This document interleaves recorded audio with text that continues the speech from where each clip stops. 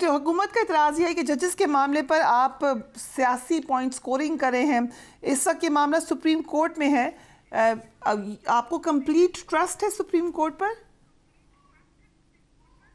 देखिए, supreme court से हमारा मुतालिबा यही था और हम यही चाह रहे थे कि बजाय इसके कि इंक्वायरी कमीशन एक्ट के तहत एक इंक्वायरी कमीशन बने, सिंगल पर्सन जिसके पास मैक्सिमम पावर एक सिविल जज बराबर होंगे, और ये जज साहिबान फिर उनके सामने जाके एक रिटायर जज साहब के सामने स्टेटमेंट ने रिकॉर्ड करवाएं। और अगरचे जज साहिबान सर्विंग पे प्रेशर डाला जा सकता है, तो इसका मतलब है कि सिंगल मेंबर इंक्वायरी कमीशन आप बनाए रिटायर जज पे, तो फिर उस पर भी प्रेशर डाला जा सकता है। फिर इसका जो रिपोर्ट आएगी उस रिपोर्ट की भी कोई वक़्त नहीं होगी, रिलायबल नहीं होगी, लोगों का उस पर एतमाद नहीं होगा।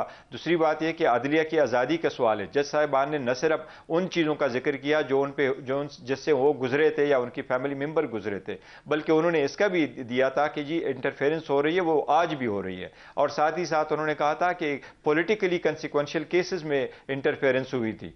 तो इसलिए हमारा सुप्रीम कोर्ट से मुतालिबा था कि आप सो मोटो ले लें। जब जब सुप्रीम कोर्ट में जुडिशरी के इंडिपेंडेंस का कभी इशू आया, जजेस का कोई इशू आया, तो सुप्रीम कोर्ट ने उसको अपने इख्तियारात में इस्तेमाल करते हुए सुना है और लार्जर बिन और फुल कोर्ट ने सुना है। तो यही हमारा मुतालिबा था। सुप्रीम कोर्ट ने सो मोटो लिया, बहुत अच्छा हुआ, बेहतर हुआ, बहुत खुशाइंद है। अभी सुप्रीम कोर्ट ने आंदिया दिया कि इंशाअल्लाह ताला इसमें फुल कोर्ट भी बन जाएगा। बहुत अच्छा है कि सुप्रीम कोर्ट उसको देखे और सुप्रीम कोर्ट जो फैसला करे वो सबको काबिल कबूल होगा।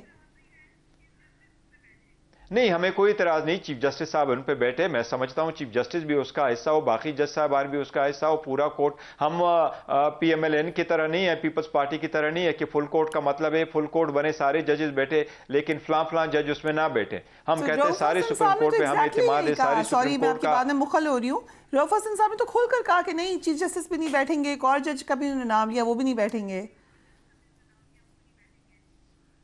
किसने कहा? रऊफ हसन साहब ने ट्वीट भी किया, मेरे प्रोग्राम में भी कहा। हाँ देखें, वो हमने अगर जुडिशरी का ये मसला आ रहा है और वो सुन रहे हैं तो बेशक बैठे करें, लेकिन फुल सुप्रीम कोर्ट बैठे और सारे केस पे फैसला करें। ये एक इंडिविजुअल राय अलग है, लेकिन हमें नहीं कोई इतराज है, बैठे रहे। सो ये पार्टी के अंदर इसमें भी इख्तलाफ है फिर चीफ जस्टिस? नहीं, इख्तलाफ नहीं। देखो, एक तो पॉइंट ऑफ व्यू है ना, पॉइंट ऑफ व्यू। हम तो देखें ना, कोई रोबोट की तरह तो नहीं है कि हम उसको ऐसे प्रोग्राम करें कि जो बंदा बोले वो डिटो कॉपी हो, एक दूसरे के तोते की तरह याद करके अल्फाज बोले। नहीं, किसका अपना अपना ओपिनियन होता है। मेरा यही ख्याल है, हमारी पार्टी का भी यही ख्याल है। रऊफ हसन साहब वो कहते हैं पॉलिसी मैटर्स में नहीं, वो ठीक है, लेकिन पार्टी ने कोई प्रेस रिलीज नहीं इशू की है कि ऐसा ना हो। ओके, सो जो पॉलिसी है वो प्रेस रिलीज के थ्रू आएगी। रऊफ हसन साहब की ट्वीट्स उनकी पर्सनल ट्वीट्स हैं? नहीं, उसकी ट्वीट भी अगर वो कहे कि पार्टी का है तो वो भी हो सकते हैं, लेकिन मैं समझता हूँ इस मामलात में हमने कोई ऐसा मुतालिबा नहीं किया कि चीफ जस्टिस साहब बेंच पे ना बैठे या चीफ जस्टिस साहब के बगैर बेंच बना। सो चीफ जस्टिस साहब के ऊपर थोड़ा सा हमने देखा है कि हर तरफ से प्रेशर आना शुरू हो गया है। 6 जजेस का मामला हो, फिर हमने देखा पेशावर के चीफ जस्टिस ने भी एक लेटर लिख दिया। ये एकदम से जो हर तरफ से प्रेशर आ रहा है, ये आपको बाय डिज़ाइन लग रहा है या इत्तफाकन इकट्ठा हुआ है? नहीं, मैं नहीं समझता ये प्रेशर है। अगर आपके पास एक ऑफिस आप होल्ड करते हैं और कॉन्स्टिट्यूशनल ऑफिस है और आपने उसकी जिम्मेदारी ली है, तो उसके कुछ लवाजिमात भी होते हैं और आपको सारे हर किस्म के तरफ से लोग अप्रोच करते रहते हैं। तो इसलिए ये तो आपकी ऑफिस का तकाजा यही है कि आपके पास ये सारी चीज़ें आएगी। लेकिन chief justice Peshawar high court ने जो लेटर लिखा है, मैं समझता हूँ उसमें बड़ी जान है और ये मैटर हमेशा हमेशा के लिए ख़त्म होना चाहिए। कुछ जज साहिबान जल्दी सुप्रीम कोर्ट आ जाते हैं, कुछ को इग्नोर किया जाता है, कुछ नहीं भी आते। तो जज साहिबान इसका तरीक़ेकार होने चाहिए, एक SOP होने चाहिए, कुछ रूल्स रेगुलेशन होने चाहिए कि जज साहिबान जब भी वैकेंसी आ जाए तो सीनियर मोस्ट को आप लेकर के सुप्रीम कोर्ट आ जाएं और किसी जज साहिबान को शिकवा ना हो। जिस तरह चीफ जस्टिस का राइट बनता था कि वो उसको कंसिडर किया जाए, तो इसलिए उन्होंने हक बजा लिखा है कि अगर वैकेंसी है तो उसको क्यों नहीं कंसिडर किया गया। तो ये तो सुप्रीम कोर्ट बेहतर जान सकती कि क्यों नहीं कर रही, बट मैं समझता हूँ इस पर पहले भी मुख्तलिफ लोगों की तरफ से और इवन बार काउंसिलों की तरफ से भी ऑब्जर्वेशन आई थी कि इसमें सुप्रीम कोर्ट जल्दी करे और एक ऐसा रूल वजह करे जो सबके लिए एप्लीकेबल और आगे की तरफ बढ़े। तो चीफ जस्टिस का ये पॉइंट हक बजा है कि जी उनको क्यों नहीं कंसिडर किया गया और क्यों नहीं लेके आए सुप्रीम कोर्ट। तो आपने तो प्रेशर खुद भी देखा, पूरे पाकिस्तान में रिपोर्ट हुआ जब आपके घर पर पुलिस ने रेड कर दिया था, जिस वक्त इंट्रा पार्टी इलेक्शन का मामला चल रहा था। ये थ्रू आउट आपने भी प्रेशर सहा है? देखिए, मैं as a chairman, although chairman हमारा इमरान खान साहब है, लेकिन उस कुर्सी पे अगर मैं बैठा और चेयरमैन की तरफ पे मैं फ़राइज़ सर अंजाम दे रहा हूँ, तो ऑब्वियसली हर तरफ से प्रेशर होता है और आपकी बड़ी जिम्मेदारी आयद होती है कि आप पार्टी को अच्छी तरह से निभा कर चला सके, अपने वर्कर सपोर्टरों में भी रहे और पार्टी में भी रहे, और सारे जो डिसीजन है वो कंसेंसस के साथ हम बढ़े, आगे की तरफ बढ़े। तो प्रेशर तो हर एक जॉब के साथ आपका होता है, लेकिन आप अपने जॉब और अपने ऑफिस की रिस्पॉन्सिबिलिटी और जिम्मेदारियों का एहसास करते हुए आगे बढ़ते हैं।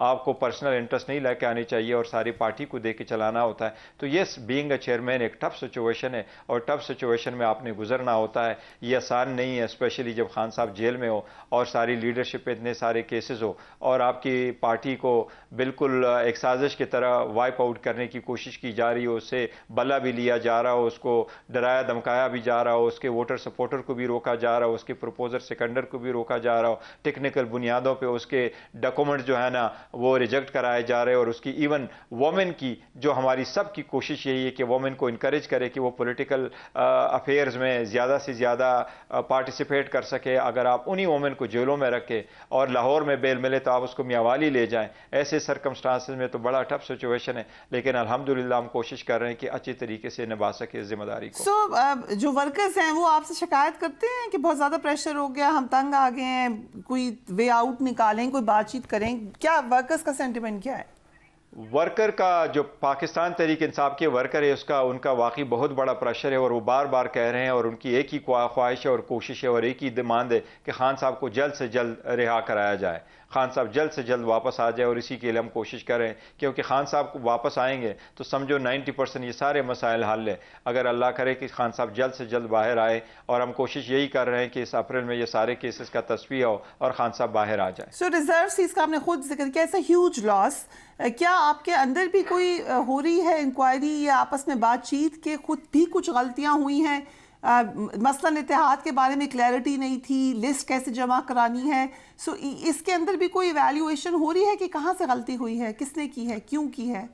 नहीं, देखिए, जिन सरकमस्टांसेस से हम गुजर रहे थे कोई गलती नहीं हुई है। हमने अपने लिस्टें भी जमा करवाई थी, पाकिस्तान तहरीक इंसाफ की जमा करवाई थी, हमने कंसेंसस से एक फैसला किया था, बेहतर फैसला किया था, सही फैसला किया था कि हम पाकिस्तान तहरीक इंसाफ नज़रियाती के साथ जाएंगे और उनके साथ जाएंगे। उनकी भी प्रायोरिटी लिस्ट हमने जमा करवाई थी, लेकिन इलेक्शन वाले दिन, जिस तरह आपने जिक्र किया मेरे घर पे अटैक का, उसी दिन हमसे ये बल्ला लिया गया था और उसी दिन ये हमारी सीटें जो थी, जो पाकिस्तान तहरीक इंसाफ नज़रियाती है, उसका भी हम पे बैन किया गया कि आप इसको भी नहीं ज्वाइन कर सकते। तो हमने पूरा होमवर्क किया हुआ था, हमें पता था कि इन सरकमस्टांसेस से हमने गुजरना है। लेकिन जब हमें इंडिपेंडेंट निशानात अलाट हुए और वो 5 बजे हमें अलाट कर दिए गए थे, जबकि सुप्रीम कोर्ट का फैसला 11 बजे आया था, तो इन सरकमस्टांसेस से फेस होकर के हम आए और हम सीटें जीत करके आए। फिर 45 और 47 का जो ड्रामा रचाया गया और जिसमें से हमारी जीत को शिकस्त में बदल दिया गया, इससे गुजरते हुए हमने इसी पार्टी को ज्वाइन किया है। और हम अभी भी बिलीव करते कि आर्टिकल 51 ऑफ द कॉन्स्टिट्यूशन बड़ा क्लियर है, उसमें यही लिखा हुआ है कि किसी भी पॉलिटिकल पार्टी को उसकी जीती हुई सीटों से ज्यादा रिजर्व सीटें नहीं मिल सकती।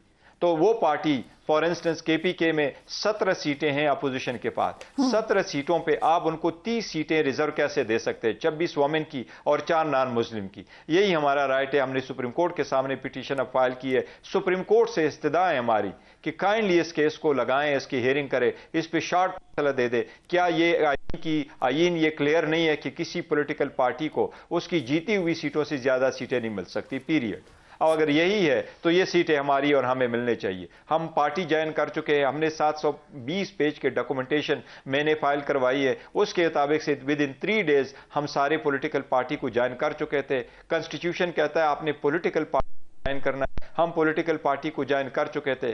और रूल ये कहता है कि वो पॉलिटिकल पार्टी जिसको निशान अलाट हो चुका हो, वो उसी पार्टी को हमने ज्वाइन किया। अब हमारे साथ ज्यादती कि हमारी सीटें आप ले दें। 80 सीटें, 78 सीटें हैं ये टोटल, 67 वोमेन की और बाकी जो 11 सीटें थी वो नॉन मुस्लिम की। ये हमारी सीटें थे और वो हमारी सीटें दूसरों को बांटी गई है।